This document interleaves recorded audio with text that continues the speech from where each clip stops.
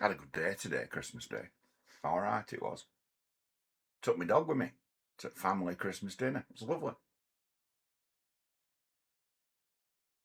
I had a good day. Tell you the best Christmas present I've had, though. That Andrew Tate fight was the best Christmas present I've had. I'm like, finally. That took a while, didn't it? Took longer than I expected.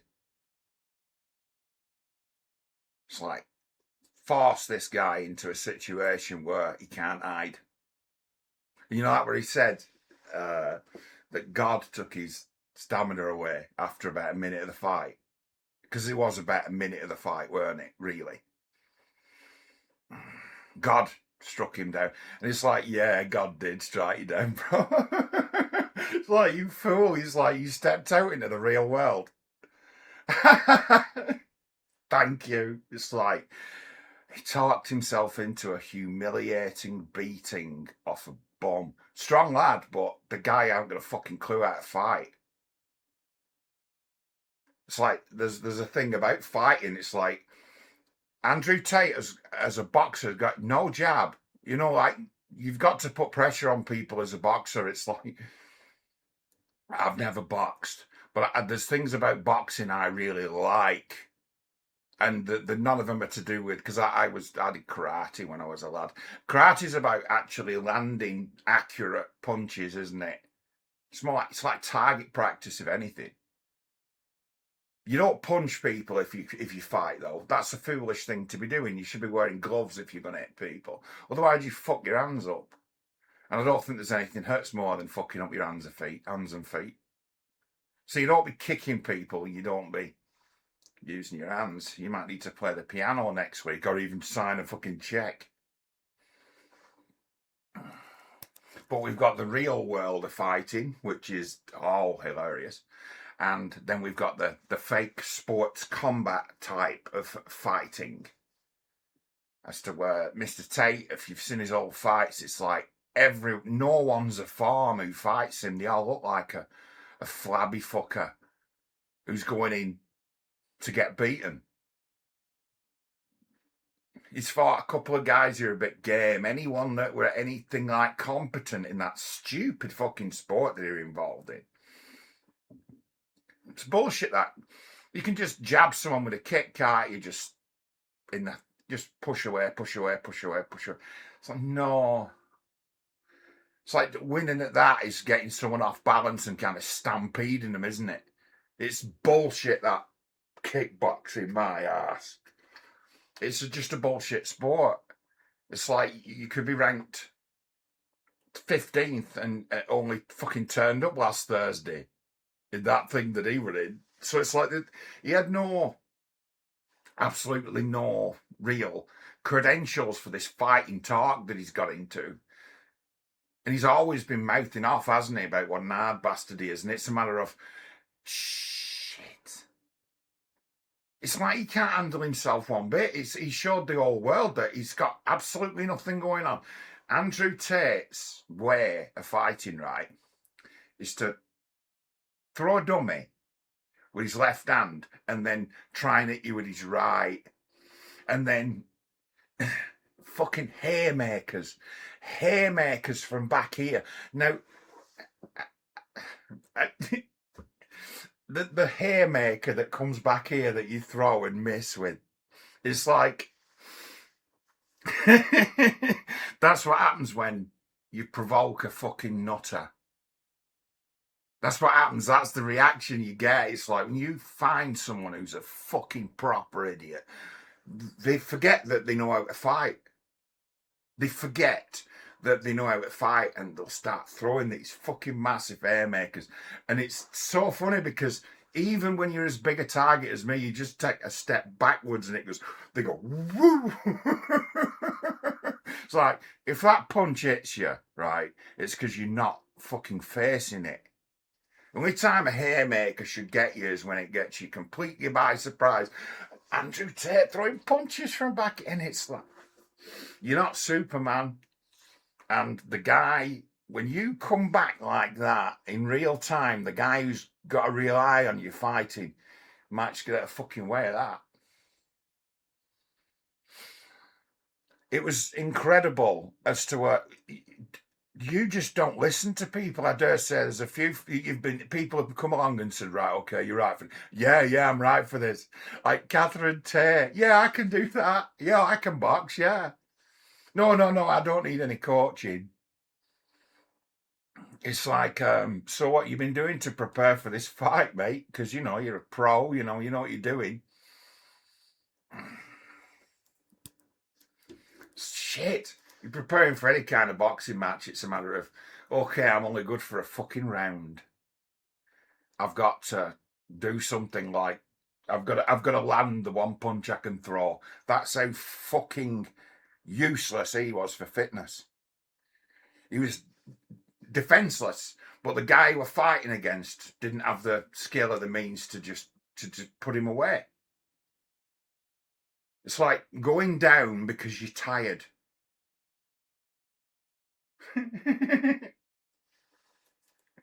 It's like the man should have been running half marathons to get fit for that fucking fight. Seriously. All the work has to be cardio. It don't matter.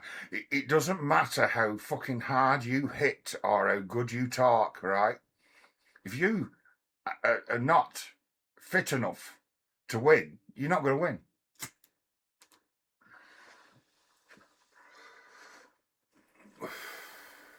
When you're fighting a guy who's fit but a fucking clueless, useless fucking fighter, he's a joke. The guy he fought, he's picked the easiest one he can find, hasn't he? He's picked a dummy. It's like you can go and look at this guy, and he's talking now. He was talking like, I didn't fight some bum. I fought the champ. It's like, are you for real? Well, he has to be, doesn't he? He has to be the greatest fighter in the world, doesn't he? Because he's just humiliated the world's smartest man, hasn't he? See, this was what we wanted. Talk yourself into something fucking stupid. It was just a matter of time. Just a matter of time, and it's a matter of got him where it was weakest, goading him out to fight somebody.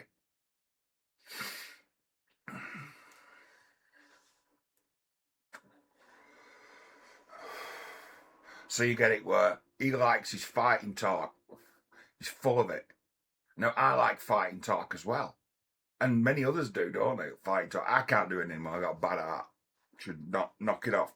Knocks an edge off me as to where it's like, oh yeah, I will not back down. I just don't back down. It's a matter if you want to have that kind of struggle, you can have that kind of struggle. I'll let you. And that's all I'll be interested in doing. I don't want to fight you. I'll try and hurt you. Being the real world. In the real world, you can try and hurt someone, and it doesn't matter that you haven't got any fucking stamina for a fight. You can hurt someone in a boxing ring as well, though, can't you? That fucking long-range jab to the body that you were attempting. It's like, fucking hell. You couldn't get near his head. So it's like, well, I can only actually hit his body because it's the only part of him that's moving slowly enough for me to hit. And it's like, no hand speed. It's like, you got no hand speed, no jab, no hand speed. It's like all that speed work they do, proper boxers, all that speed work. It's like there's a reason for that. It's like you've got to be able to, the hand can be quicker than the eye, you see. And that's a big part of boxing. Yeah. It's like in out. You jabs in and out hard. Boom, in, out, back, boom.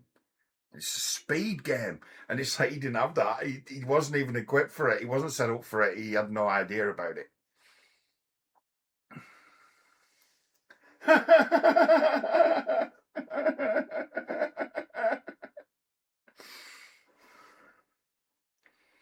Son of a bitch had a problem fighting me 25 years ago. Why? Anne's just far too fast for the guy. It's like, did you see how he fucking dealt with? An offence. He didn't have an offence, did he, at all? He just didn't have an offence. No offence.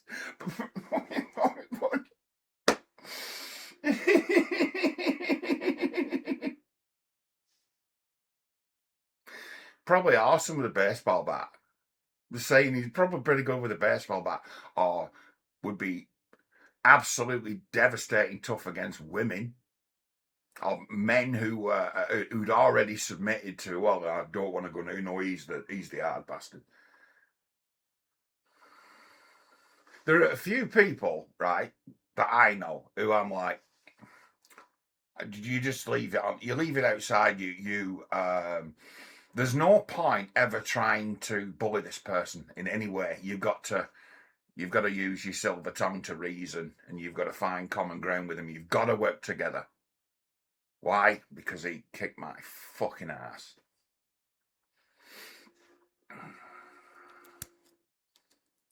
See, I've got one in family. I've got brother-in-law, right? My brother-in-law is a fine man, right? He's a good lad, really good lad. I've always liked him. Ever since we met, I've always liked him. It's like, he's a straightforward guy. He likes his fun.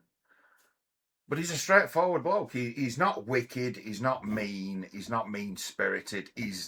He tries to do his bit, you know. But he's been... God, how long's he been doing jiu-jitsu? Since he was about 16. And it's like, what does it get to? It's like, well, his Dan levels are up into like the 10 and 12. How old is he? About 50. How old would he be now? About 55. And what's he do? He's like, oh, his son's into running in a big way. So he started running with his son. What are they doing? Oh, they'll go out and do 12K.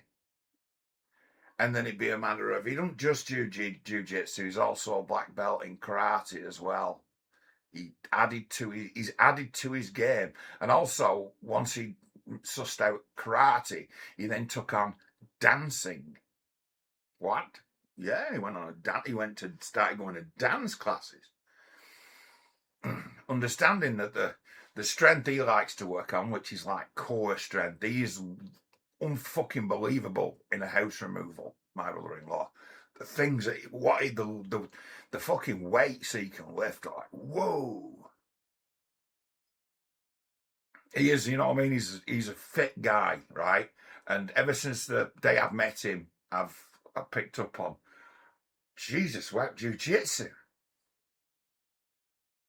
I'm like, oh God, no. It's like I had a look at jiu-jitsu when I was a kid, and it's a matter of, that's the one to learn. That's actually the one, because it's a matter of, you can fucking hurt people with that. Where I used to know an hard lad from Whitworth who used to work with, who was known for being an hard lad. But you looked at him and you're like, thick glasses on. He decent, calm demeanour. But if you cross him the wrong way, he reaches straight for violence. And it's like, this guy who reached for violence, it's like he was like a karate champion. He was like Great Britain karate champion. Like, what? Oh, yeah. It's like, if he fucking landed one on you, he wouldn't even, there'd be no question that he'd miss you if he went to hit you. And he fucking hit you hard. He'd hit you hard. And it's like, I'm working with him. And I mentioned to him, I says, oh, hey, my brother-in-law used to live in the same neighbourhood, the same part of Rochester, the same part of town. And he didn't know my brother-in-law. But I asked him, like, he's from up your way, up Whitworth, lives up there.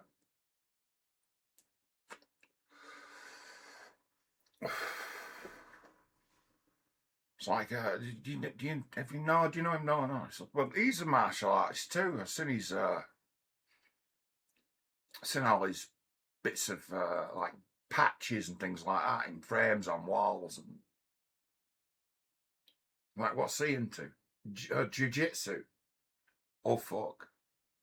And this mate of mine, he was the big karate guy. He was a tough guy. I wouldn't fuck with him because he was an otter as well. At any sort of challenge, it was a throwdown, and he was wanting to fight you.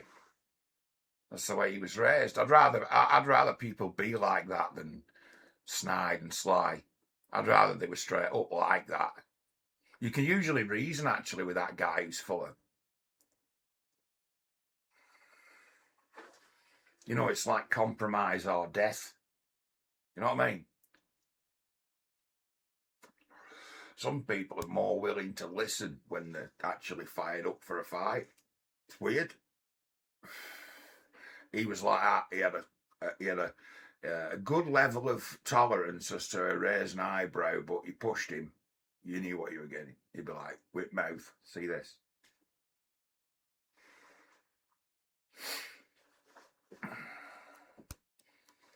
Someone who could make believable threats meant it, but wasn't a bully. He was a reasonable lad. And so much of his life had been dominated by this competitive karate. Well, it was the highlight of his life. It was his thing to be proud of, But I got talking to him, it's like, jiu-jitsu. It's like, he said, if I could start again from scratch, fighting, that's what I'd have done. It's like, why? He says, the number of times in my life where trouble started and it's been in close quarters, in a fucking chippy, or a kebab shop, or a pub, and my sort of way of fighting, which is to dominate people with kicks and things like that, is just completely fucking unusable. It's like, in those close quarters, it doesn't matter whether I know karate or not. I can get fucking battered just same as anyone else. He's like, but jiu-jitsu, closer you get to him, the more he can hurt you.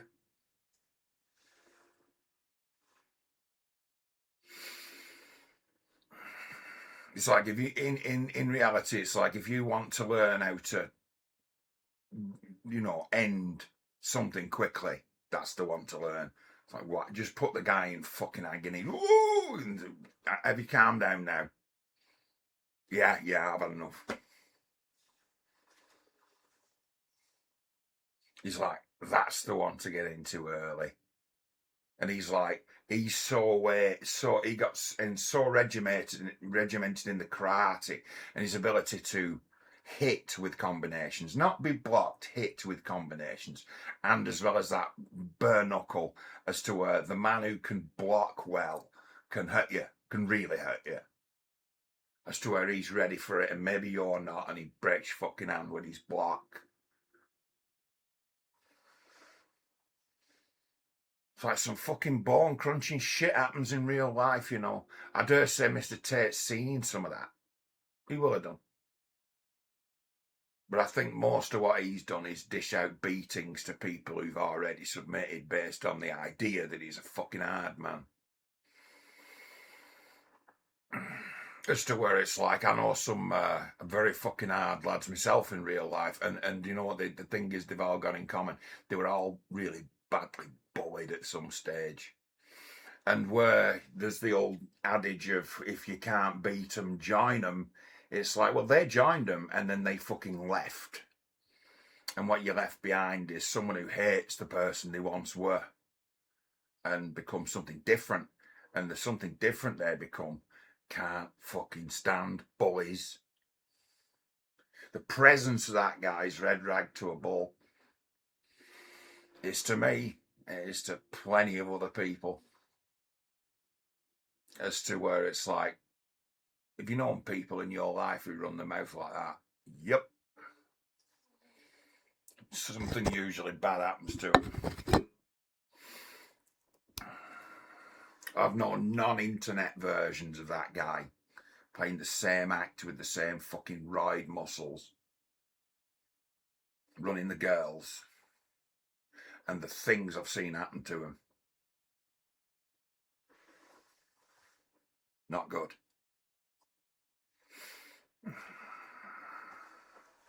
One of them got, well, in the end, murdered by one of his mates who ran him through with a ornamental samurai sword. One of them fucking decorative ones. Well, if you run someone through with one of them, you will fucking hurt them bad. No force behind that. Oh, it would have been such a fucking painful. If the sword had been sharp, it'd have been certainly a dead man, but the fucking damage done to his body with that fucking ornament.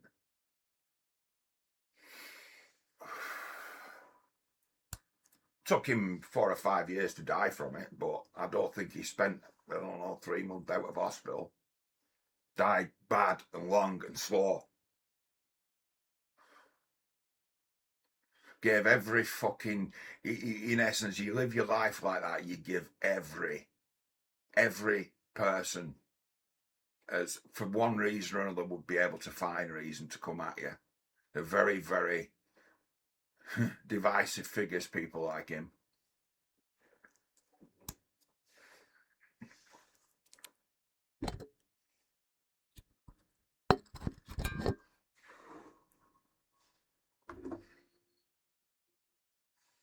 It's like, you bet your ass if there was, you step out in the open, says something a bit superstitious about Tate.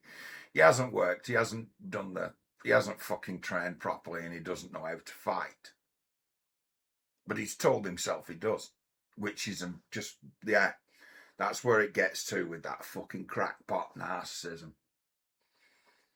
Suddenly he puts himself one below God, as they all do, as to where now it's a matter of, hey man, suddenly you understand there's forces in the universe beyond your fucking control, and you stepped out into the real world and they fucking dealt with you.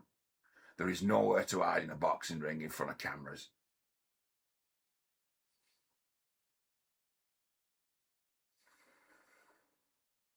And say that stunned kind of excuse making bitch disbelief in his feedback videos where he sat there and monologue like my good self.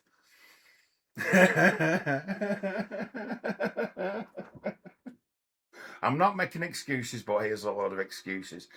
Double talk, all of it. Trying to talk himself into something, kind of trying to talk himself out of a depression, trying to talk himself out of a fucking mistake, and rewrite the story of the fight. Because the best thing about that story of the fight is that's a pack of lies too. He mitigates it, claims to have actually won the first 2 rounds, and he was abysmal in the first 2 rounds. Like, that was where he was in essence found out, in the first round. But he claims because he because he survived and didn't make a fool of himself, that he won those rounds. It's no, you didn't. You lost every round of that fight against a guy who's just fitter than you, just fitter. Like, you deluded yourself, and it's like my mate, the boss. I love the boss. The boss is my ally. You see, Andrew Tate is also God's creation, just like everyone else. And the boss is like, go on, fucking have it, fight him. Go on, fight him. You don't need to train, you can have him. Just do it. Just have it. Go on. Go on. Do it.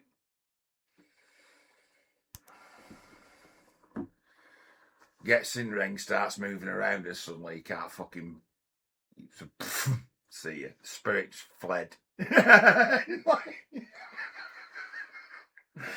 Oh.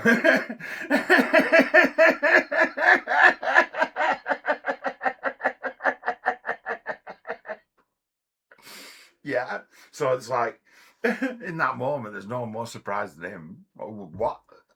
What? You mean I'm like in a fight here? What have I taught myself into? This guy's actually dangerous. Compared to me, this guy's dangerous. A real boxer looks at that guy and is like, well, he's all over the place. All I've got to do is just tire him out, wait until he fucking just let him miss. I mean, the guy's fighting's been knocked the fuck over by some real, even unlikely looking fighters who've just turned up and been as strong as him and more of an idea. Not all over the fucking shop. Somebody who actually has got a bit of game, who can get in and bang, bang, bang, bang, bang, fucking destroy the guy. But Tate can't do that. He can throw these long jabs trying to get to the body. And it's like, why?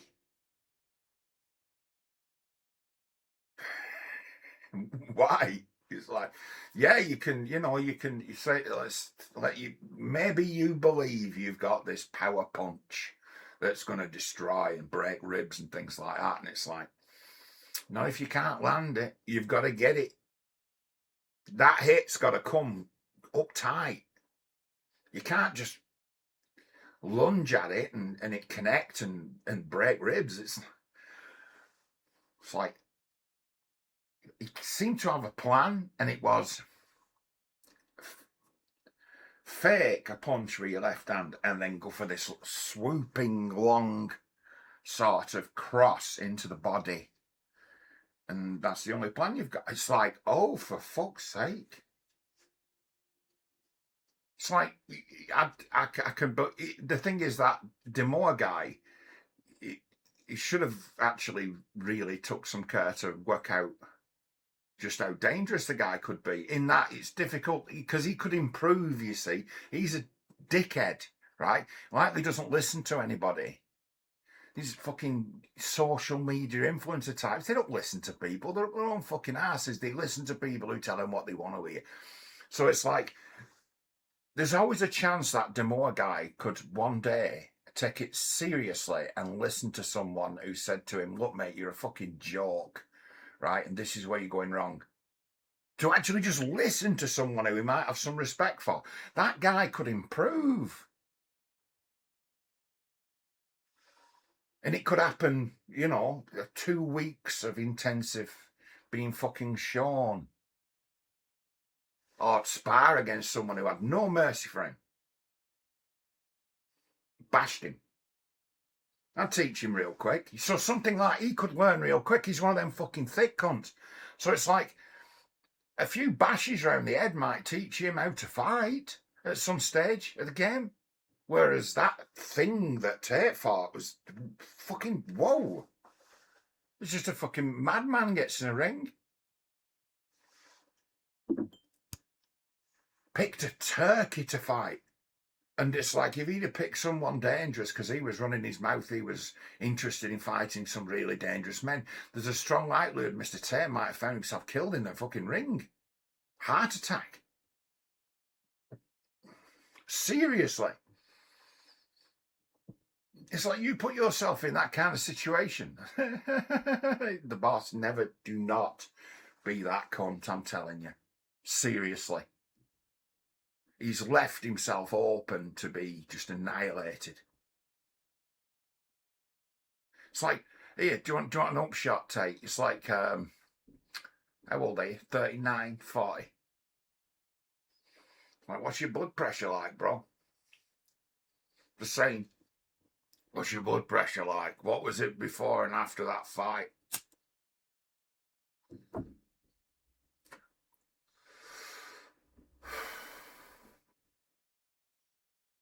Are you still in shock, talking shit, trying to rationalise, making excuses? The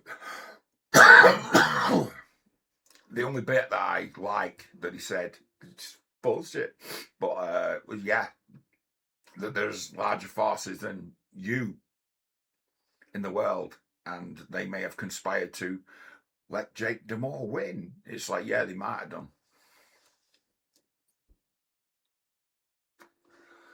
Like, whatever that fucking bullshit thing in your head is that tells you you can do fucking anything, tells you you're the smartest man in the world, seem to have fled, absolutely, completely gone, and left you on your own with fuck all. Now, riddle me this. That guy was visibly tired after about a minute of a fight, right?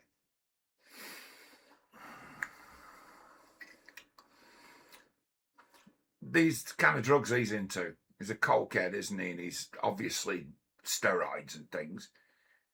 He doesn't work so hard to keep that body up, does he? Like, what kind of effect do things like that have on your heart? Wasn't it not long ago that he was crying on that he had some kind of lung problem in hospital, thinking he had kind of lung cancer or something like that? It's like, well, if your fucking heart's gone, you would think that because your body doesn't effectively manage water properly anymore.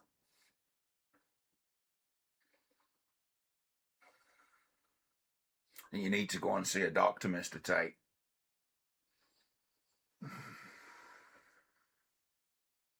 I think you might have just had a big fucking wake up call as to say the boss is fucking watching you, bro. Took it from you. Fucking fuck off. Likes putting curses on people, don't he, Tate? That's what he does.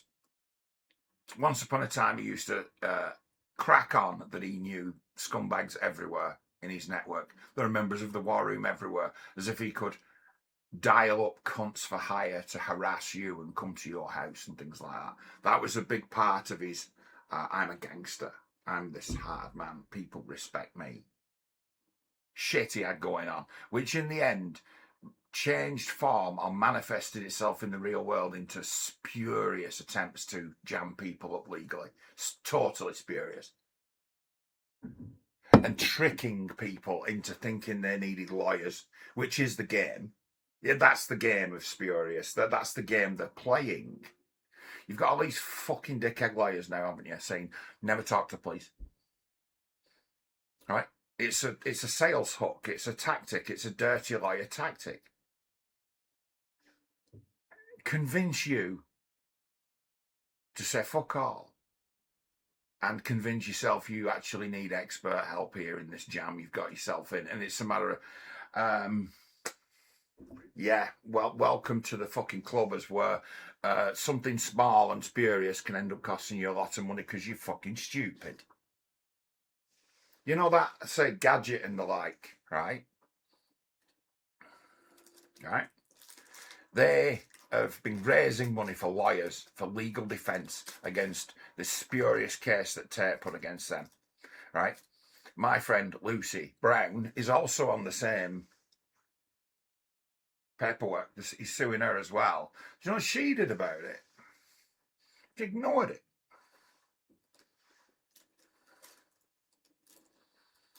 It's like, why? It's like, well, Lucy's found herself fighting her own court battles without engaging lawyers and won.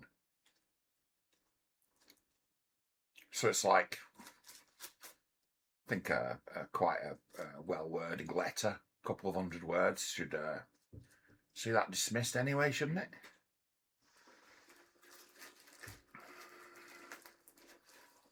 Like a strongly worded email could have probably blown that case out of the water, that guy's raising money to defend himself, and it's because he's fallen into a clever gadget, certainly, and the milk bar guy, because they can then say I'm being sued and it become a way of them getting attention as if there's somebody. So it's like you got tricked there by the pimp who is clever, but he's tricked you into engaging lawyers and going to the well looking for donations. As soon as you do that,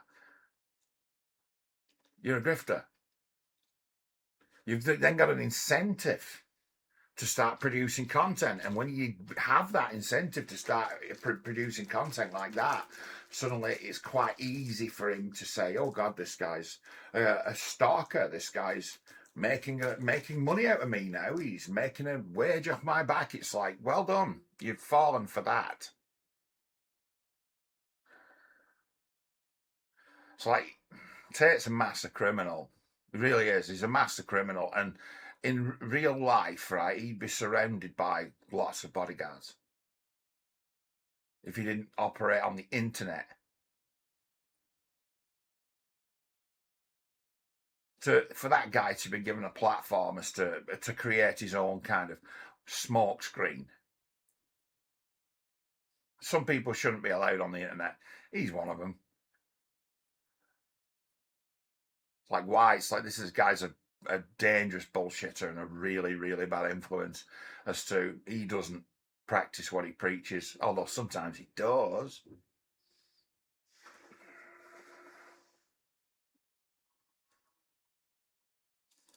It's like the rank and file these days are the people who come at you on social media when you have a go at him. Like Pakistanis. Like, oh, right, okay. He's your champion, is he? What do you think those, they're in that way interested and orientated. It's like them fanboys asking them to defend that fucking fight performance thing and the bullshit follow-up. It's actually not so easy to defend. It's the most almighty shit test. It's like if Andrew Tate ends up like the fans he'll have left would be absolutely radical, wouldn't they? What people must they be like when they've been all fucking ripped off, sold bullshit to, shamed and guilted into continuing to pay the subscription to his fucking service?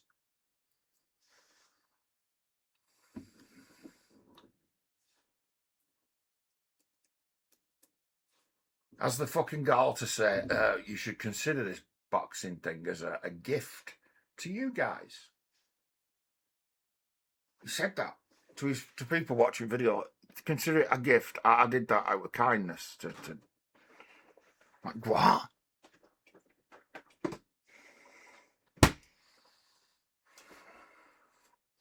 It's like, I'm a fan, man.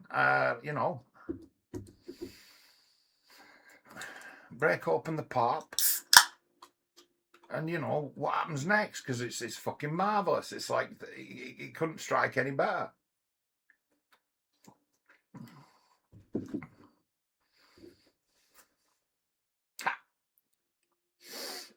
How long's it going to take him to recover? A measure, to my mind, when you've had an earth-shattering ego deflation, because that's what it's happened. That's like the kind of ego deflation he's had. You've got to watch for this. Would be in most cases what would give a person access to understanding that there is a higher power, which is something that he delved and blurted. Oh, well, my stomach just went. I just.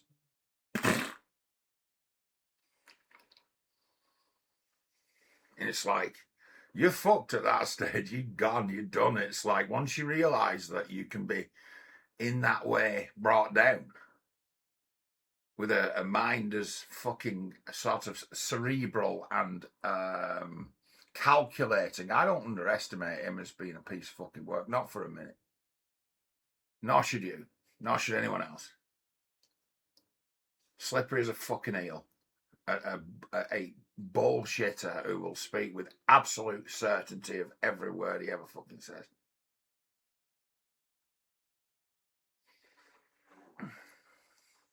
Ha! But I'll take his word for that. Higher power comes along.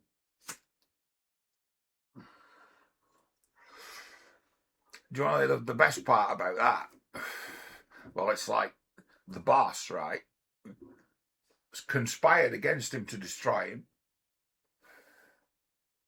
His greatest ally in the world was a larger than existence, timeless being that wanted to see him go down.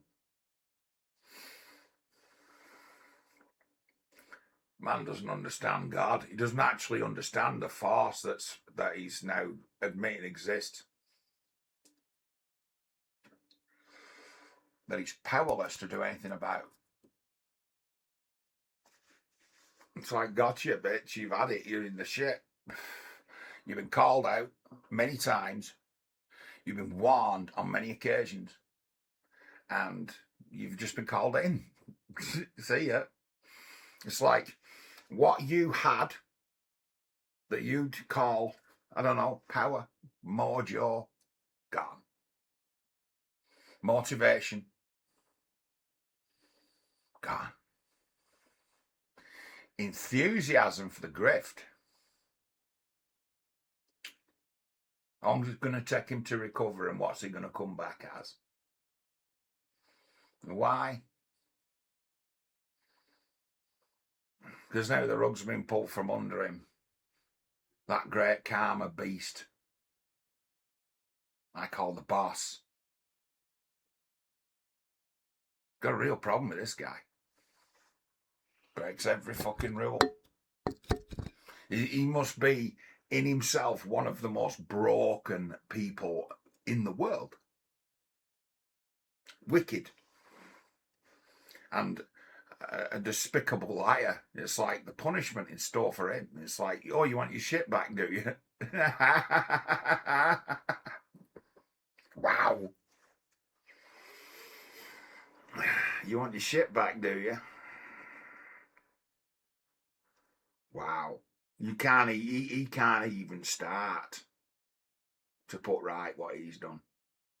He can't even start. There's so fucking much. There's so many people in the world, and I'm not talking about my good self. I've got no right to kill that guy, have I? But fucking people have. He's ripped off. People he's taken money, poor people, poor naive people he's taken money from. I think they've probably got, they'd say they'd have the right to kill him, he stole from them. Or they'd have the right to take what's his. But every old ex-boyfriend, new husband, brother, cousin, father, grandfather, childhood friend of all these girls he's messed with have got the right to kill him. And there's no escaping that on the old natural law, the way that it works, the way that people think, what makes an impression. There's people in the world want him dead. And they've got right to, for what he's done to theirs. Think about that. So there's a fucking weight to that.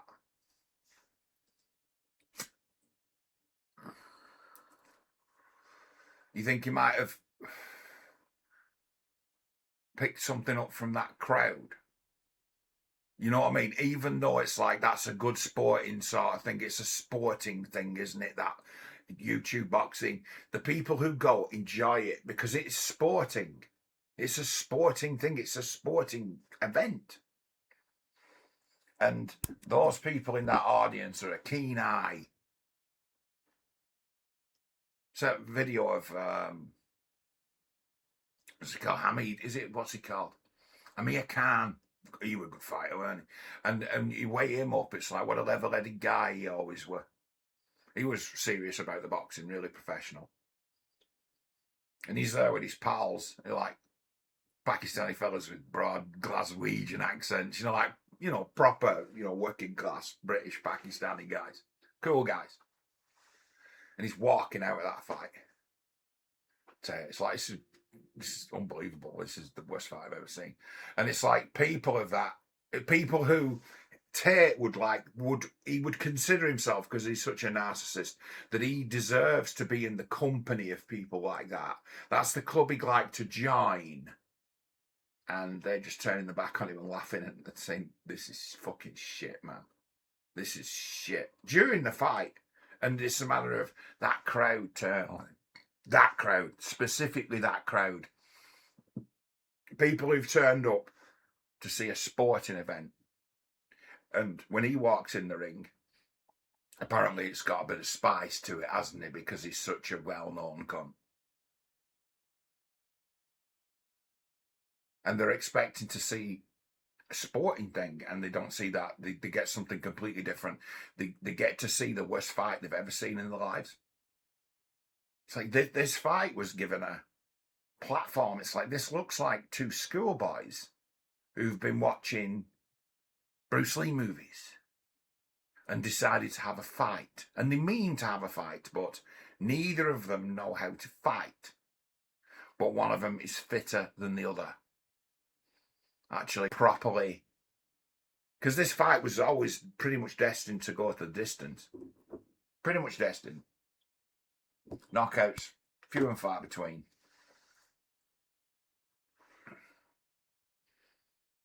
Tate wasn't, on the face of it, the reality of the situation is that Tate wasn't sufficiently conditioned to get through the first round.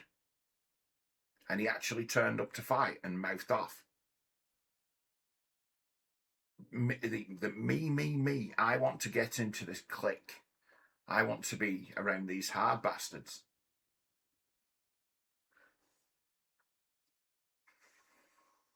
It's like he's been pretending to be Steven Seagal for years, hasn't he? He's another fucking bullshitter, isn't he?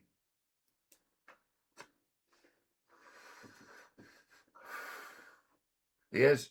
It's like, like Jean-Claude Van Damme. It's like he can have a sense of humour about the prick he's been in his life.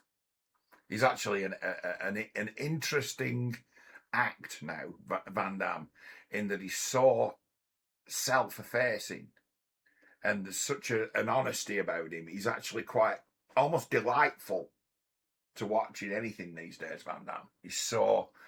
Okay, I had a big ego, right? I got fucking shown up, and things have changed. Marriage and all that ended, and then I've had this, and then the fucking drugs came on top, and it's like the work dried up, and people started talking, and it's like, okay, I got out of it before the internet. Got out of it, and it's like the guy left behind's actually now quite amusing. If someone's decided to put if someone's decided Amazon team up with Jean-Claude Van Damme, it'll turn out like really silly and funny. But no, he has to be fucking a Steven Seagal ripoff, doesn't he? That's because, it's like Jean-Claude Van Damme, he could do the splits and all that shit, and all that flexibility and all that fitness and all that athleticism, all real. Worked hard as fuck at it. And as well as that, starting off with just natural super talent for it, worked hard at it. Yeah. Andrew Tate never worked hard enough at being a fighter, did he? Not committed enough. Too much of a cunt. Thinks he knows. Fucking kickboxing my ass. It's like that shattered illusion now has me thinking, fucking hell. It has me, and I can't be the only one, right? I can't be the only one, because this fucking act, right? It's very common amongst the oiks, amongst the working classes. This act of I'm a hard bastard is very common. It's so much. There's three things. There's how hard you supposedly are, how many women you've fucked, and how good you are and were at football. Them are the things that matter amongst the working class lads, right? That's what matters. It's like when I was coming up as a kid, if you couldn't play football, you were just fucking nobody. And if you were someone who couldn't fight, you were someone who was always going to get fucking just beaten off dicks who like beating people. So it's like if you're willing to stand for that, by the way, you can get loads of punishment dished out. Yeah, just be a fucking weak cunt.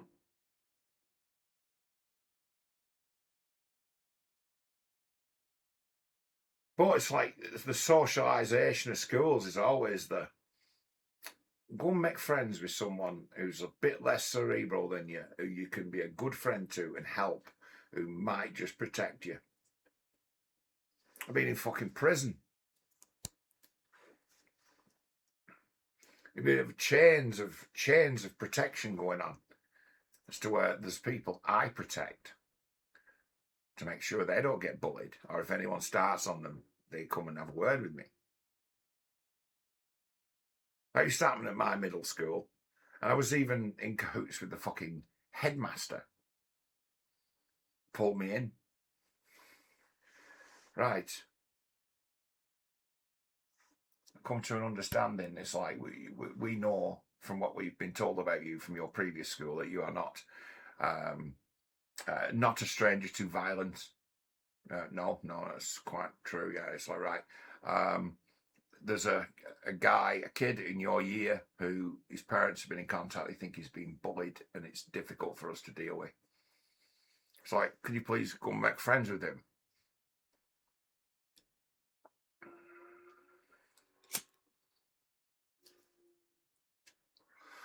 Yeah, of course I will. It's like he's getting picked on. Someone's picking on him. Find a way in.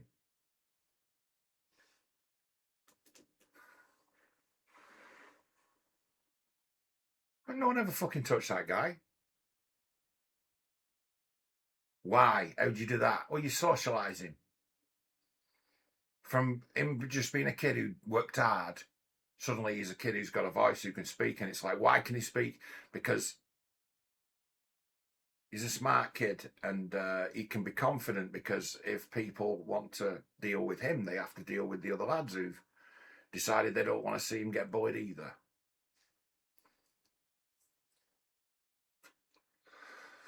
Us as kids, certainly me, we took a lot of fucking cracks that sometimes we didn't deserve off adults, and we took a hell of a lot of beatings off kids. And you either join in and be that, or you, when you resist it, you protect everyone else. That's how you play it. That's how it ends up. And it's like that activity of busting up bullies has been made in this country pretty much illegal. So people can do whatever they fucking want to people, and they know they can hide behind the law. And you know what? At the end of the day, that's Tate's power, isn't it? Got a few quid, institutional power, set the fucking courts on you. He'd have the neck to set the cops on people for hurting his feelings. Seriously, anything. He's suing people in court for causing him emotional distress and damaging his fucking reputation. And it's like, that's absurd.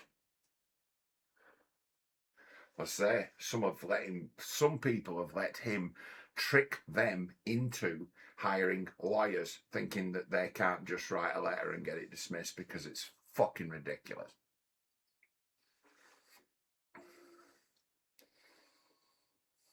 So Lucy didn't spend a minute on that. Not a minute. Thought it was funny. It's like, oh yeah, good luck with that. Yeah, well played.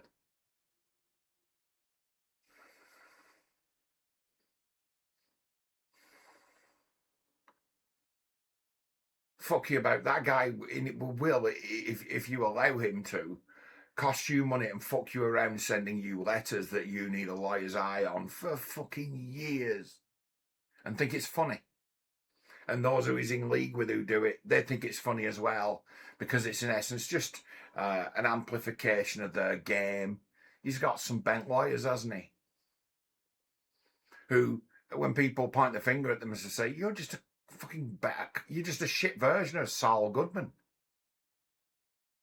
You can't say that. You're defaming me. I'm a professional. That game. It's like, these guys are worse than, these are like ultra fucking social justice lefties. But they've learned your script. Just fucking weaponized, manipulative, narcissist fucking pricks, and a pair of fucking crybabies at the same time.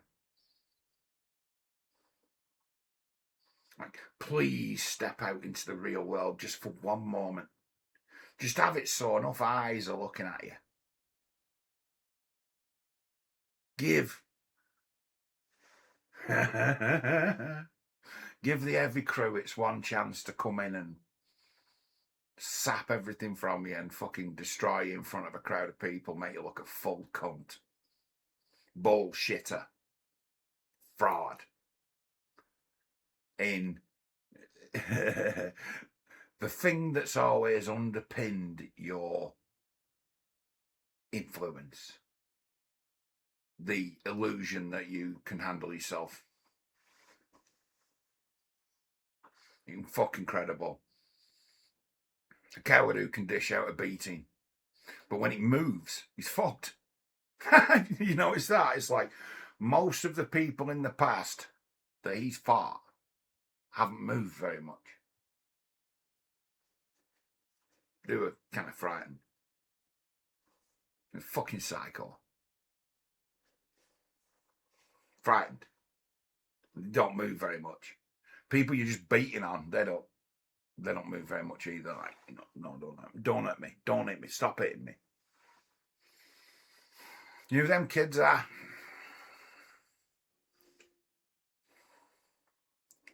They're the ones who were protected from that kind of treatment when they were younger. He's got an edge over all of you.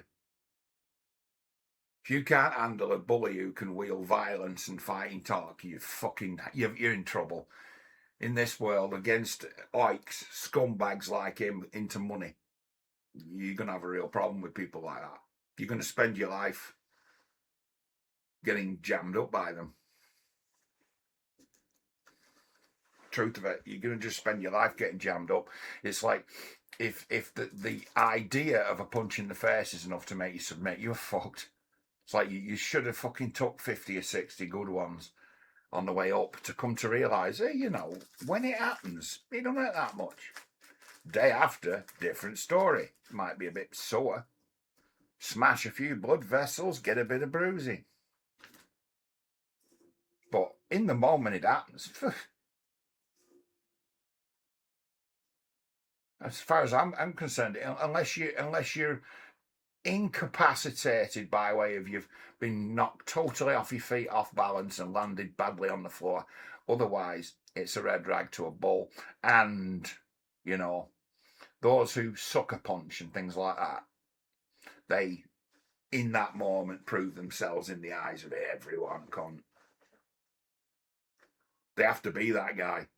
And then it'd be caught on CCTV these days and stuff like that. And it's like, oh, you're that fella. All right, okay, you're an hard bastard, aren't you? Fighting man. You be that guy. You've pretty much give every real fighting man in the world a real reason to kick your ass. And that's something we're seeing as well, which is a level of outrage from people who cover the fighting, who'd taken this guy's word for it that he had some level of competence because they'd not really looked into it. It's like those who had knew, but they didn't. Those who've acted in good faith towards Tate now are like, this motherfucker. If anyone had a real idea how poor he were at fighting, they wouldn't have had him anywhere near that ring, would they? It's really taken the gloss off what good they got out of their event of celebrity boxing. It's taken the gloss off it. And it's like that Jake Paul guy, he talked himself into a fucking pasting, another fantasist, but it's a matter of, imagine if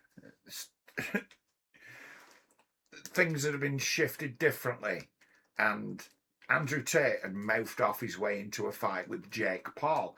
Jake Paul would have really, really hurt Andrew Tate very badly, I think. Someone who's actually, he's got some ability, hasn't he? He got in a ring with fucking Joshua. I mean, it's like, he was in trouble as soon as he got in there. It's like he was against, a serious fighter who, and it's like, right, time to burst this bubble. And that's what that was, wasn't it?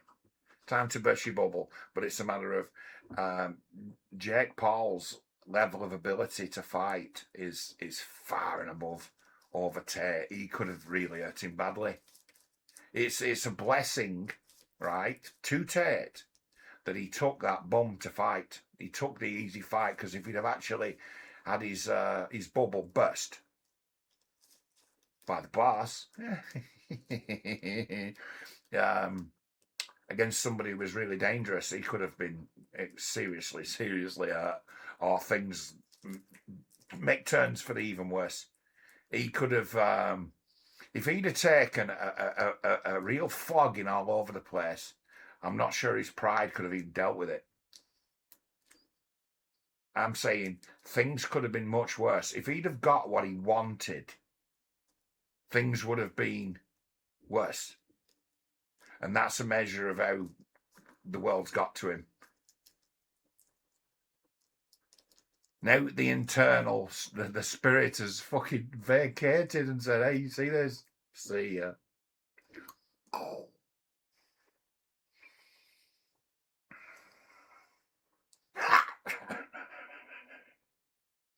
Fantastic.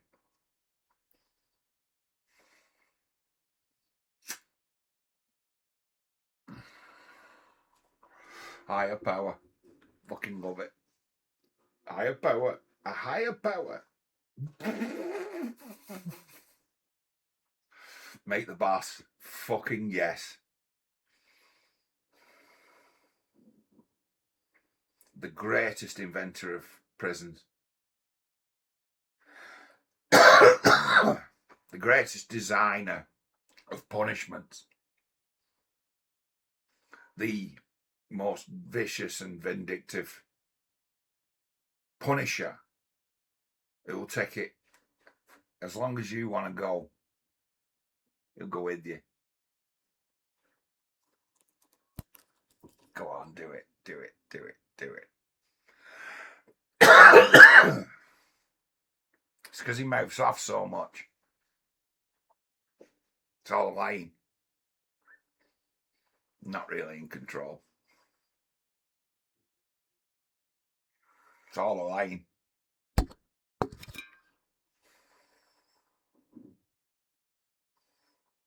Fucking that channeling a stream of busted consciousness.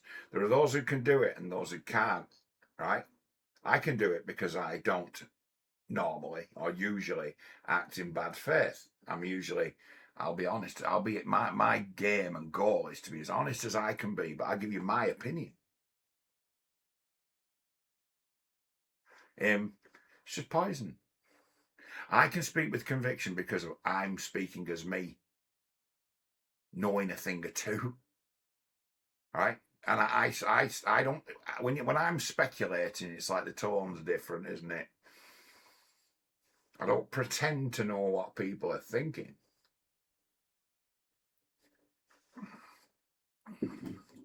But I understand the nature of a certain kind of person really intrinsically.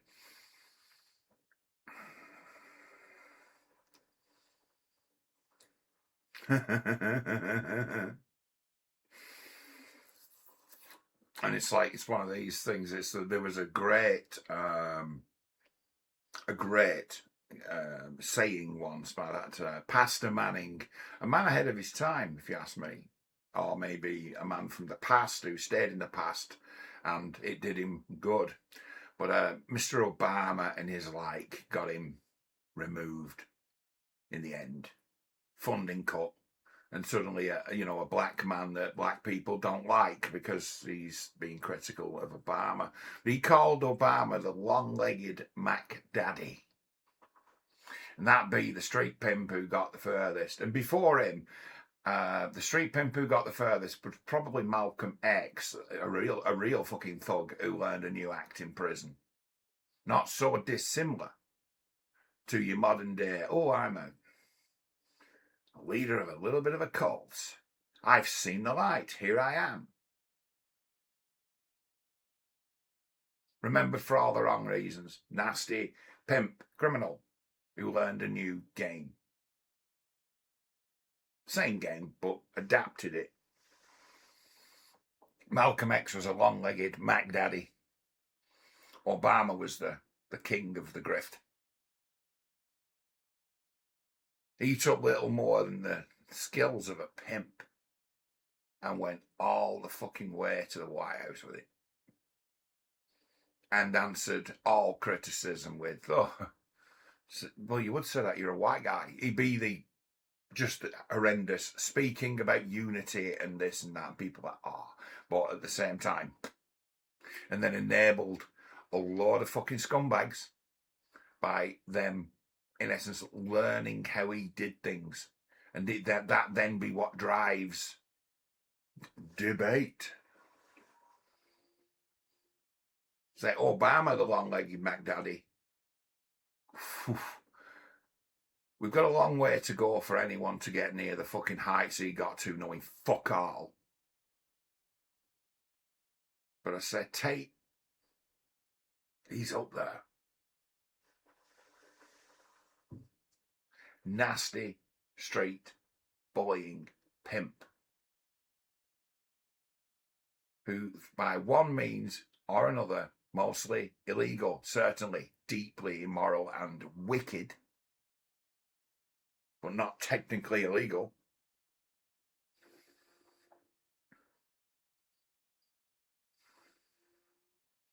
gets risen up gets risen up, and what does he do when he gets risen up? Oh, he fucking mouths off like fucking council estate scumbag with money. The biggest cunt, drug dealer, pimp, bully with money. There are fucking thousands of cunts like him. Thousands.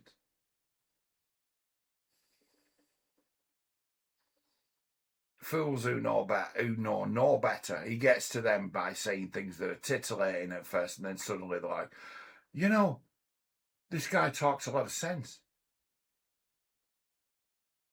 And the next minute, it's just they're soaking in that fucking crap. End up talking like that guy because they're impressionable little kids. But some impressionable little kids are fucking 25, 26 these days. Older still, some. But rank and file. Oh, I first got into him when I was 11 and now I'm 16.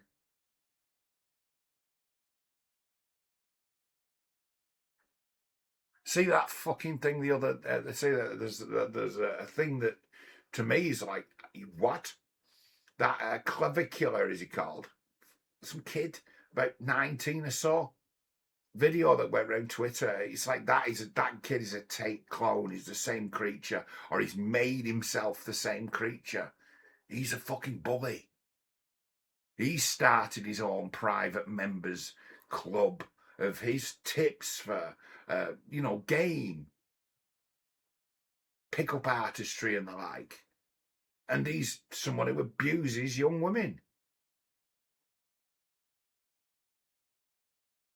Makes demands of them. So it's like, oh, he's the pimp game in action on film, this fucking idiot. But call it something different. It's like,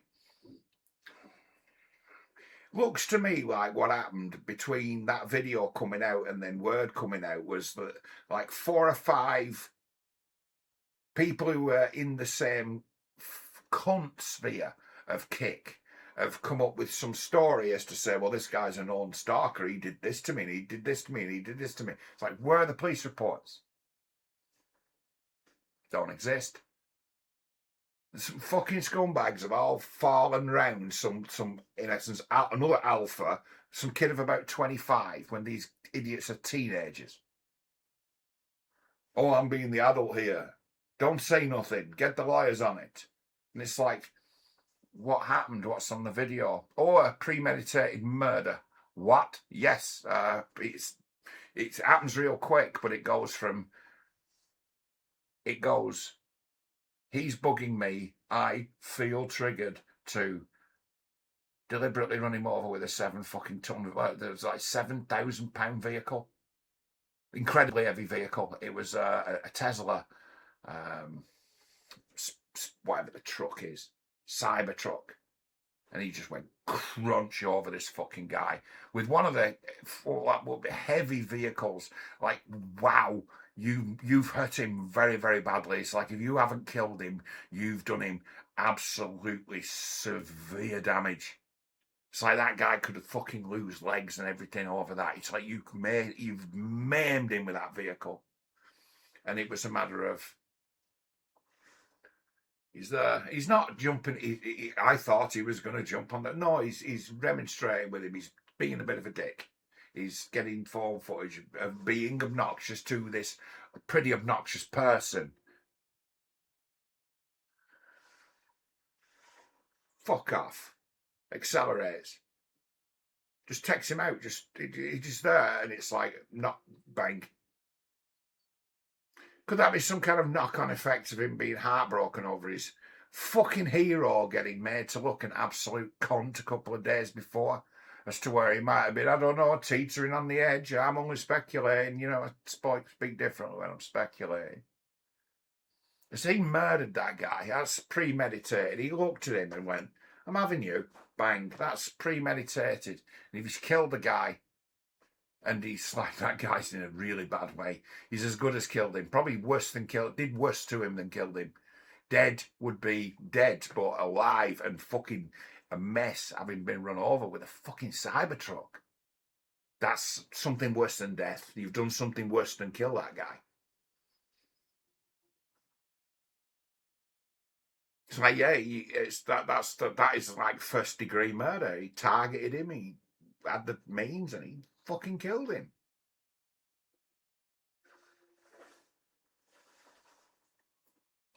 It's like, imagine that person, someone who just can't handle themselves at all, and that's what they choose to do.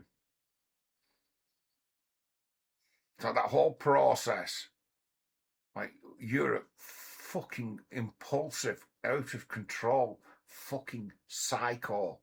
You shouldn't be near a car. You shouldn't be allowed out.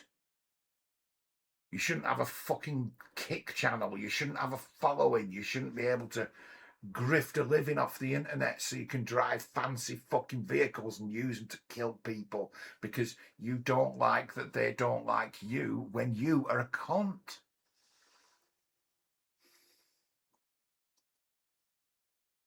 So it tipped me a bit, that video of that kid killing that guy. He fucking, that's awful, that.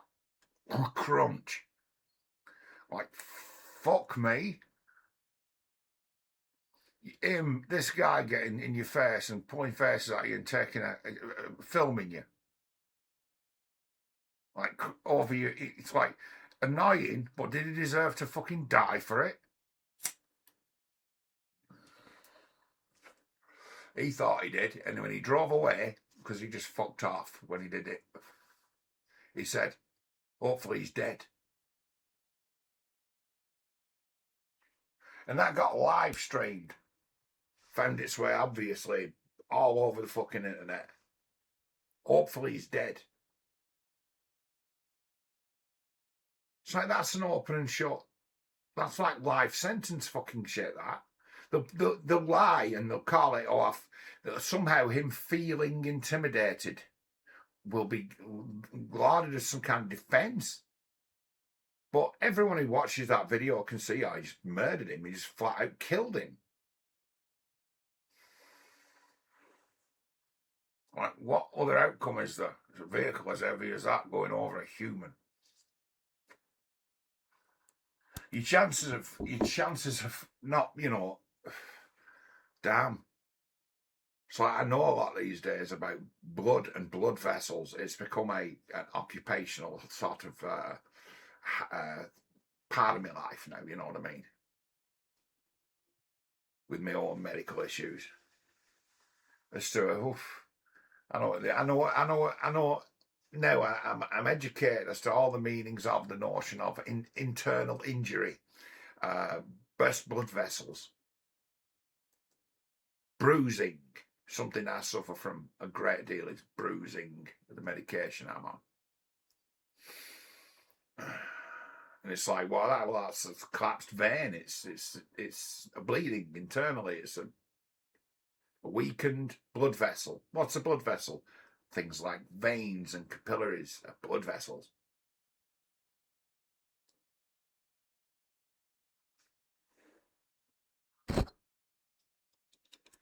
It's like the damage that sort of trauma do to you. Oh, I can't even fucking think of how bad that would have been.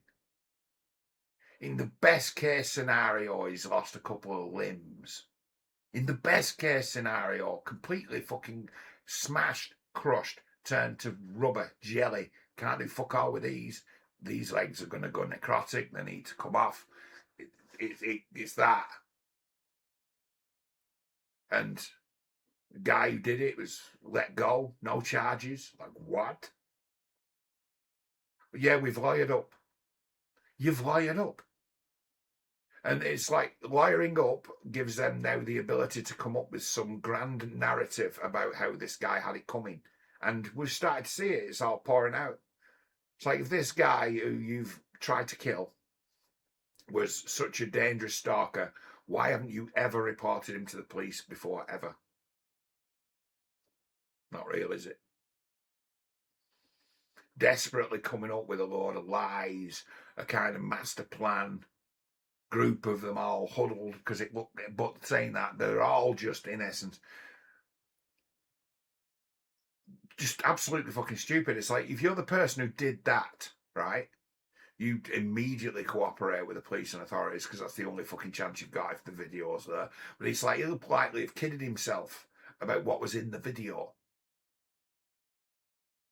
Nags.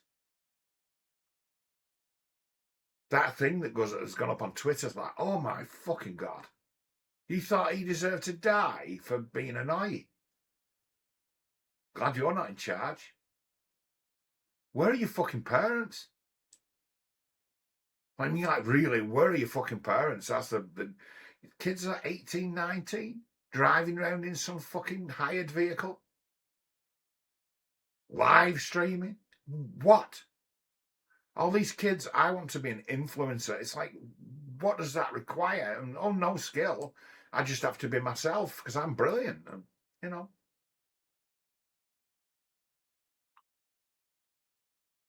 It's like watching these people, and it's the kids they get to.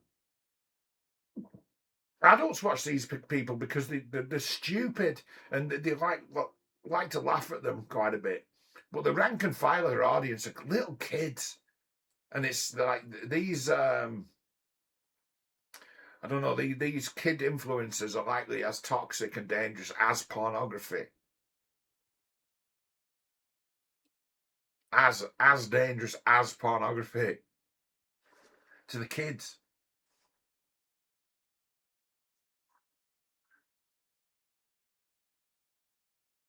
So it's like one of them from the people will go as far as to say that that guy who's done the vehicle thing, that he's the already straight away they were trying to portray him as a kind of a man of the right because he's like this manosphere. It's like no, he's a fucking scammer. It's like the right within the bounds of alternative media because the mainstream media don't give a fuck about this. They're not interested in this. This is internet shit. Even it's serious shit, it's serious internet shit.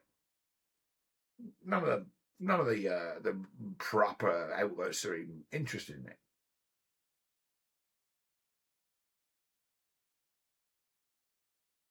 But it should fall on people of the right to fucking skin this guy alive. Make it so people know who he is. It's like the walk right, those who kick the right, you know what I mean? The don't ever punch right. It's like, well, in his way, that guy aligns with your fucking side.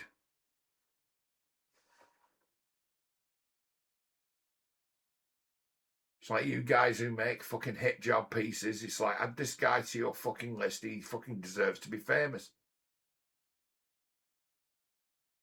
It's like, yeah, look at these people who are twisted culture and those who boost. These people don't start with nothing. People come along and in essence enable them to become these internet people. You'd be fucking amazed how easily you could do this kind of thing if you didn't really have to make money out of it. And somebody threw money at you. There's loads of them fucking employed. There's loads of them just start near the top because they get in with management seen as talent.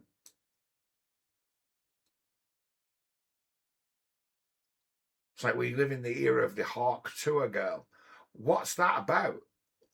I know what it's about. I know what the thing is, and it's a matter of you run your mouth like that, it goes on a video, it goes viral, and you cash in on it.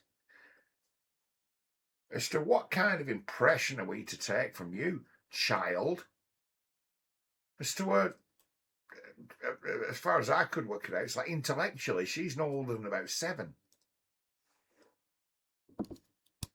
She's a small child in an adult's body, that one. Oh, stick her on camera, she's a fucking idiot. She might say something funny.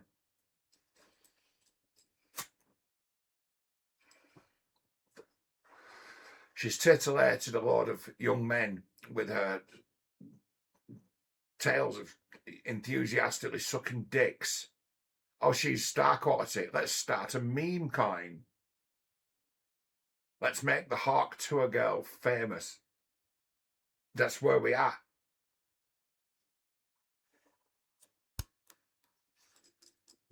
like Tate. He's trained these guys. They've learned from him.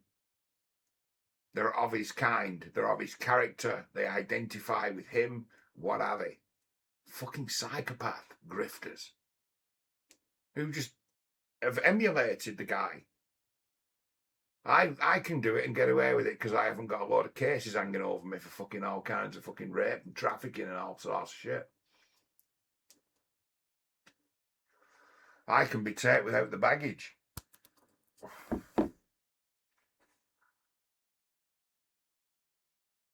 It's like this notion of I want to be an influencer. You hear it so much, and these fucking dicks. It's like I get it more these days because of fucking Twitter. Because these days I go on Twitter now because you don't get fucking banned for nothing like you used to. I wouldn't have lasted 10 minutes on the old one. 20, I reckon. 20 minutes I lasted on the old one. But the modern one, so it's like it's a bit more, let's say, colourful. And it's like some of the fucking people who sort of come at you on Twitter, it's like pretty deranged, you know. It's like they're either mentally ill or children, very, very hyper emotional. So sometimes I get it where I was very critical of like, not very critical. I made a point about Jamie Carragher, fucking African Liverpool supporters, fucking wow. I says that he's a very, very good pundit. I'm like, he's actually a better pundit and analyst than he was a player. Although that's part and parcel of the player he was. I say he wasn't an elite defender though. It's like he's not what he but it's like I say he wasn't a world class. He wasn't a world class defender. He was a good one, but he's certainly a world class analyst. Probably the best there is now, Jamie Carragher, at analysing football.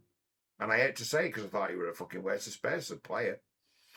But I didn't say that. I'm like, you were very. I have to admit, you were very good. He just not my cup of tea, and wouldn't be a Man United player. Not good enough.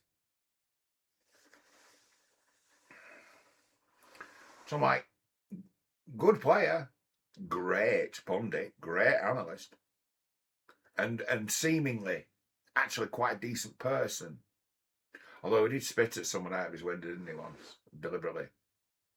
But, you know, context means everything, doesn't it? He did spit at somebody out of his car. But it's like, he doesn't hide from that fact. It's like, that's his shithouse moment, isn't it? It gets brought up quite regularly on the old podcast. And when you spat at that girl out of the window of a car. So Jamie Carragher, so it's like, I'm all right with him, you know, as a football pundit come commentator. Very good. So I actually complimented him as to that his career as a broadcaster is actually probably going to surpass his career as a footballer, and that's actually great. I was being nice, and this fucking guy must have replied to me about 15 times or something, coming up with all these fucking stats. The guy was no older than about 20. He'd never seen the guy play in his fucking life. He was just a Liverpool fan, and he's a legend. It's fucking nuts. Fucking wall of text. I'm like, you're an African, aren't you? One of these African kids, aren't you? Who's into football. They're very fucking tribal. They're mean. They overwhelm the discourse in social media of football, and they're just absolutely fucking crazy. And then thousands of them are trying to engagement farm to prove themselves a bigger fan. It's like this Man United team they've got now. You have to be crazy to fucking like them. They're absolute shit. They're awful, abject. There's not a single player in that squad that I like. None. I think they're all shit. I think every single one of them's been a poor signing. I don't think I'd have signed any of them. Like, none of them. It's like, who saw a player in that Ugarte? It's like, I just don't fucking believe it. It's like he's supposed to be someone who could get stuck in and win the ball back for you. And it's like he gets physically overwhelmed by most Premier League players. He's not physically strong enough to compete in the league. It's like this guy would have been a pretty mean enforcer in Italian football, France. Can't play in Premier. Who the fuck ever thought he could? He doesn't move the ball quickly enough to get away with anything. Who the fuck signed him?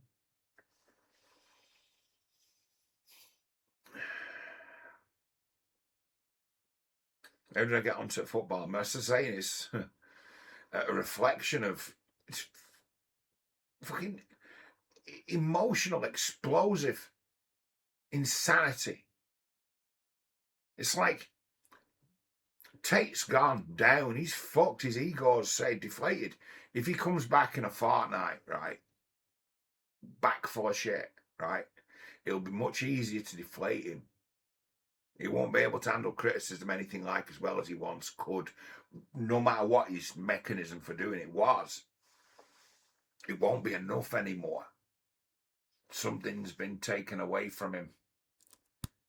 His ability to realistically project power has been completely diminished.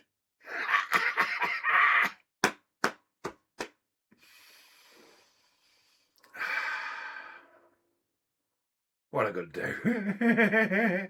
And I suggest that he sees a doctor about his heart.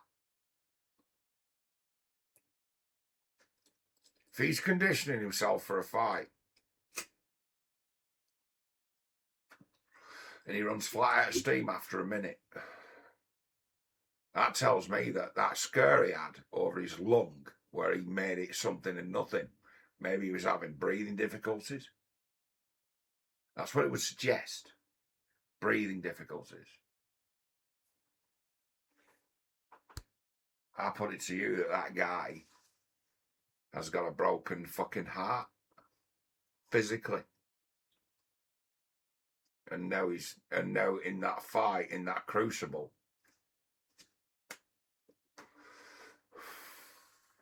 the boss pulled the rug. Seriously, that guy's got a heart problem, I reckon. And he's found out about it now. He'll be on his fucking knees.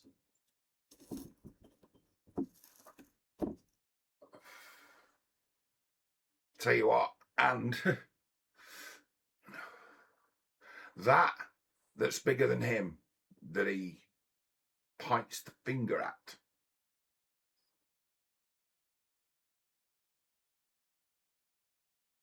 shows his nature.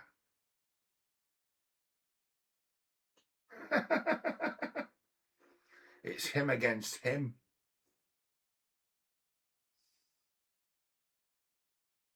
It's like there's no one in that sort of sense of your place in the world. Being a narc like that, it's like when the supply goes sour. It's like what do I do? Caring only what people think now. The prison construct the boss has created for him is a fucking masterpiece. It was likely to be that. A masterpiece. Credit to him. He was able to probably meditate his way through prison. I think the prison they went to likely wasn't as bad as... It wasn't Midnight Express, put it that way. It wasn't Midnight Express. They just came out looking bedraggled as if it probably was. Just games. They were likely kept in rather a nice place in detention, kept clean, exercised, whatever. But they have to portray it like they were on hunger strike or something like that, or eating fucking cabbage. Lying sacks of fucking shit. That didn't do them because they were together, you see. They always have someone to play with, always have someone to talk to, always have someone to bounce off. A true partner in crime. It's like his brother wasn't in a fucking ring with him. He was stood at the side looking fucking astonished and kind of disappointed. My big brother ain't shit. They found us out. What a time and place to get found out. In front of these fucking people. Tommy Robinson flown all the way over and had some boxer guy in his face like, what the fuck are you doing in this country? And he's got a point, right? He's got a point, that guy. He's actually one of the best people who's ever come forward to get in his face, because it's like, oh, he said what I say. It's like Tommy Robinson, if he didn't tar them all with the same brush, if he had some respect for the Muslims, because there's lots of them and they're not going anywhere. You don't have to come anywhere near kissing their asses, but you can come hard down on the side of criminals in your fraternity, as opposed to Islam, Muslims are bad. It's like you tar them all with the same brush and you double down. And it's like, that's why you're ineffectual. That's why they hate you. If your language was better and your approach was a little bit more sensible, well thought out, they'd be allies to you. Because most of them, they find it so insulting because they themselves are so conservative. That's what it is. You disgust them by tarring them all with the same brush. That is your crime, Tommy Robinson. And if you never watch me, he'd never fucking watch my channel or allow anyone to say anything I said to him, because he doesn't like people around him like that. We're honest, he can't handle that. He's got too much on his plate for people to fuck with him with reality. He's had loads of opportunities in the past to actually say, right, okay, I'm going to ditch this. I'm going to start calling myself Stephen Yatzer Lennon and ditch Tommy Robinson. And actually make a wholehearted apology to the Muslim population of this country, as to say, and use the words, I appear to have tarred you all with the same brush. You can't stand on that. It's just ridiculous, isn't it? As to where he kind of goes in on all of them. And that boxer who got in his face, that's what he put to him. It's like, you just tar us all with the same brush. It's like, what are you doing in a Muslim country? It's like, normally you tar us all with the same brush, and here you are, in front of cameras, flown over to watch your big mate fight. What do you think Tommy thinks now of Andrew Tate? Someone who he has to the ends of the earth defended, and is a man who's got the power to put him in jail. But he can't put him in jail without having the stink on him himself over Lauren. So that's kind of all got washed over. But, as the years have passed, the tale's got out. I found out about that when it happened.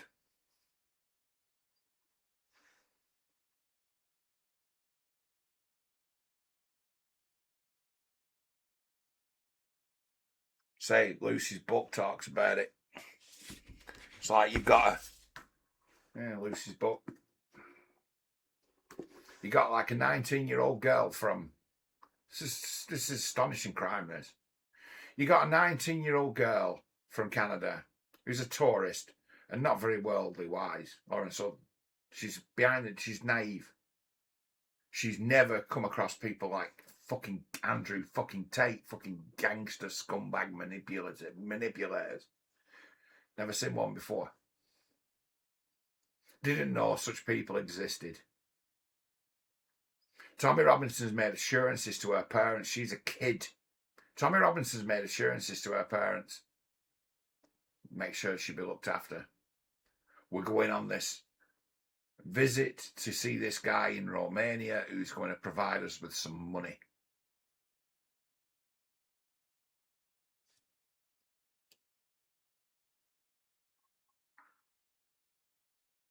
We'd like to bring you over with us to, show it, it's like a show of force, bring the talent over. And it's like, in Tommy Robinson's case, Lawrence Sloan got raped.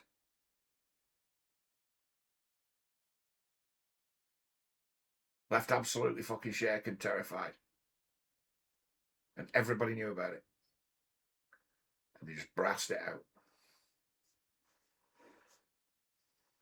And that be the link, the bond that those two men have got. Talk about getting off on the wrong foot.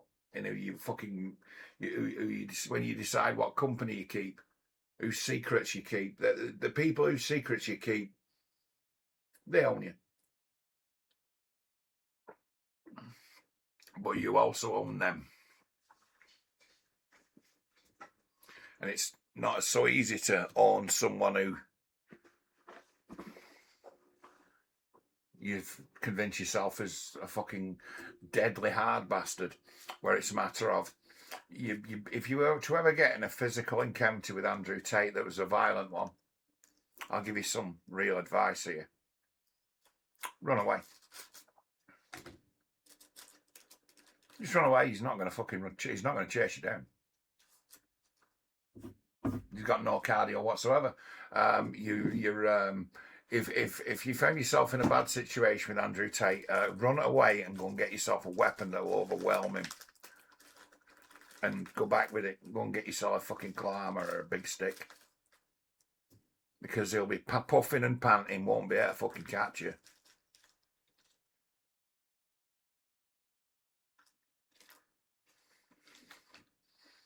There's a fucking reality, you know, to that, as to where he got shown up bad. It's like that running out of steam after a minute or so, that would count for any situation he was in.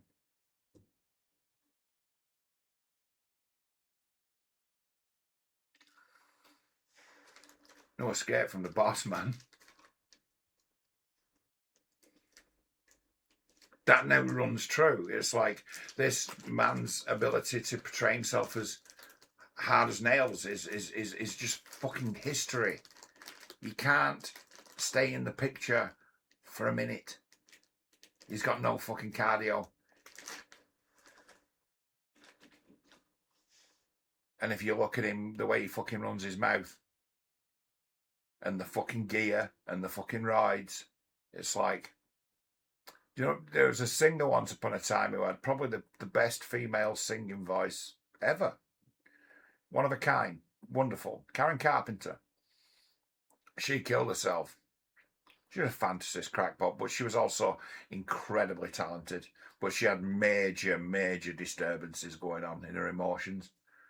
And there's nothing anyone could do for her. And she, with the medication she was taking, so she could help with help her throw up to keep her thin, and she was like a skeleton, it ended up destroying her heart. And she died of just acute heart failure. And it'd be a matter of, this medication she's been taking that it's something you can drink that makes you throw up. But throwing up, heaving, right? Very bad for your heart. Very bad for your heart.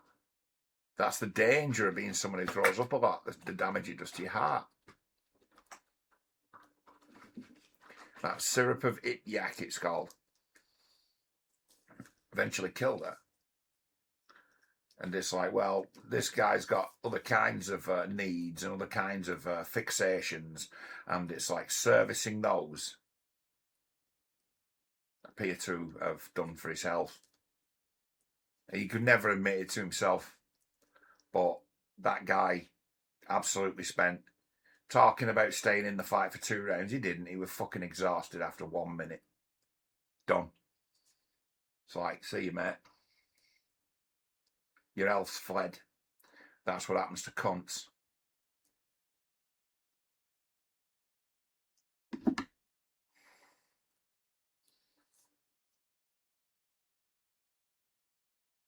It's like the Almighty that you've had a taste. He'd give you a taste of his medicine. It's like, he don't play fucking games.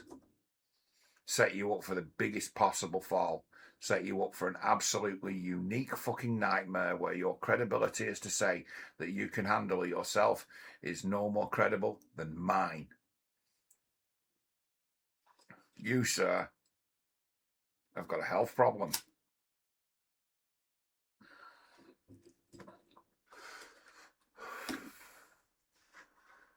I think you might be in a change or die situation. And understand that the big guy, he's not going to stand for you talking shit no more.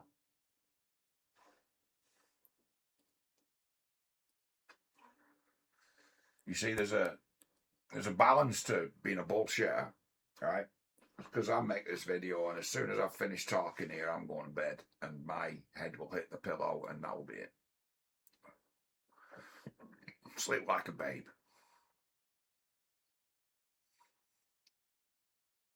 I won't be mulling over things I've said. I won't be like, oh no, that big lie I told. I hope nobody finds it. Don't have to think about it twice. Don't have to give it a second thought. Be like, no, just you know, you have faith in yourself. You do your best. Put it in the world. Trust the people to understand it.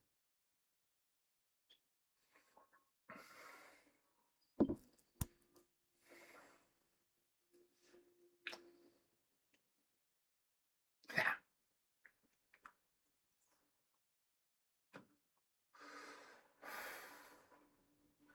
That's the way it goes down, you know. All fucking sinks together. It's mind, body, and soul that comes fight in the end.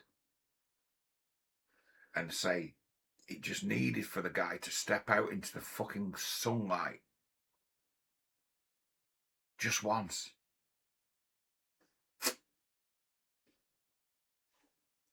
The man's fucking ropes were cut, weren't they?